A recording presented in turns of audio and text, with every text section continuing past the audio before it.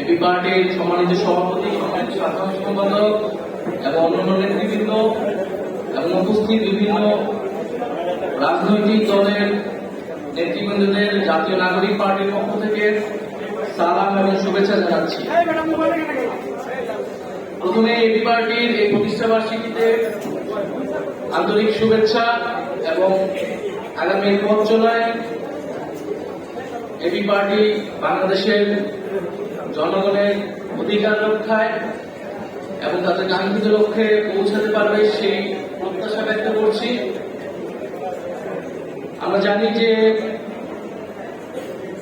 বিগত ফ্যাসিজমের সময়ে এবং এই জুলাই আগস্ট অভ্যুত্থানে যে ফ্যাসিবাদ বিরোধী ঐক্য প্রতিষ্ঠিত হয়েছিল, এবি পার্টি তার অন্যতম ভূমিকা রেখেছে সেখানে।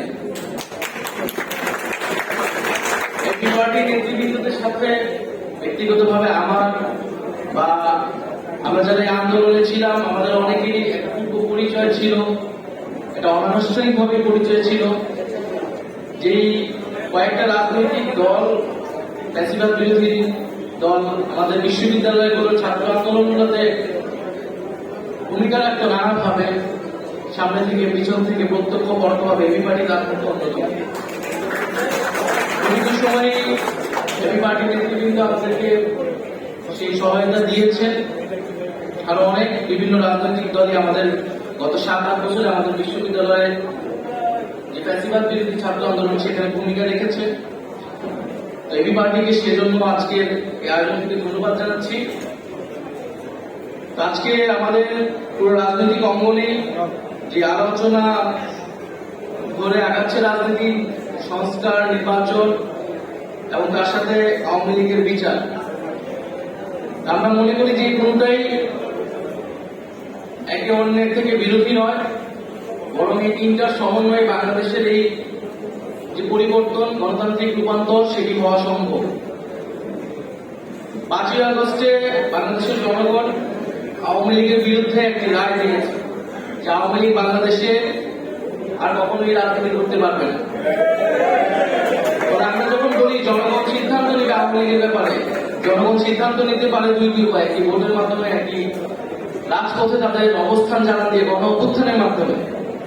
একটি যখন গণ অভ্যুত্থান হয়েছে, যে গণ অভ্যুত্থানে মুজিববাদকে, আওয়ামী লীগকে বাংলাদেশের জনগণ অস্বীকার করেছে এবং জনরোষে সেই ফ্যাসিস্ট সরকারের নেতৃবৃন্দকে দেশ থেকে পালাতে হয়েছে। এরপরে আওয়ামী লীগ বাংলাদেশের রাজনীতি করবে কি করবে না এই আলোচনায় আসতে পারে না।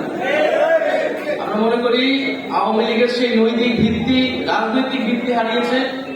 এখন তার আইনি বন্দোবস্ত কি হবে, কোন প্রক্রিয়ায়, কোন আইনি কাঠামোতে আমরা আওয়ামী লীগকে বাংলাদেশের রাজনীতি থেকে দূর করতে পারি এবং একটি গণতান্ত্রিক প্রক্রিয়ায় যেতে পারি, সেই বিষয়ে আমাদের সেই পথ আসলে উত্তোলন করতে হবে। সেই জায়গায় আওয়ামী লীগের নিবন্ধন বাতিলটা এই সময় অতি দ্রুত সময় আসলে করা উচিত। বিচার চলাকালীন সময়ে সাংগঠনিক রাজনৈতিক কার্যক্রম নিষিদ্ধ ঘোষণা করতে হবে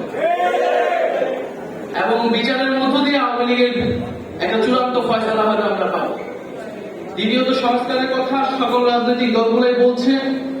আমরা বলছি যে একটা মৌলিক সংস্কারের জায়গায় আমাদের ঐক্যমত হতে হবে, যেই সংস্কারের মাধ্যমে শাসন ব্যবস্থা এবং ক্ষমতা কাঠামো পরিবর্তন হতে পারে। সেই মৌলিক সংস্কার যদি না হয় তাহলে বাংলাদেশের আসলে যে আকাঙ্ক্ষার জায়গা থেকে পরিবর্তন, সেই আকাঙ্ক্ষা আসলে বাস্তবায়িত হবে না। তৃতীয়, নির্বাচন খুবই গুরুত্বপূর্ণ এবং নির্বাচন মানে হচ্ছে ক্ষমতা হস্তান্তরের প্রক্রিয়া এবং এই প্রক্রিয়া নিয়েই বাংলাদেশে সবসময় যে রাজনৈতিক দ্বন্দ্ব তৈরি হয়েছে এবং এই শান্তিপূর্ণ ক্ষমতা হস্তান্তরের জন্য আসলে প্রাতিষ্ঠানিক নিয়মের বাইরে প্রয়োজন রাজনৈতিক দলগুলোর সদিচ্ছা, রাজনৈতিক সংস্কৃতির পরিবর্তন, রাজনৈতিক দলগুলোর মধ্যে নিজেদের মধ্যে সেই আস্থা এবং বিশ্বাসের জায়গা অর্জন করা। সেই আস্থা ও বিশ্বাসের জায়গা যদি অর্জন না হয় তাহলে শান্তিপূর্ণ ক্ষমতা হস্তান্তরের যেই সংস্কৃতি সেটি বাংলাদেশে আমরা চালু করতে পারবো।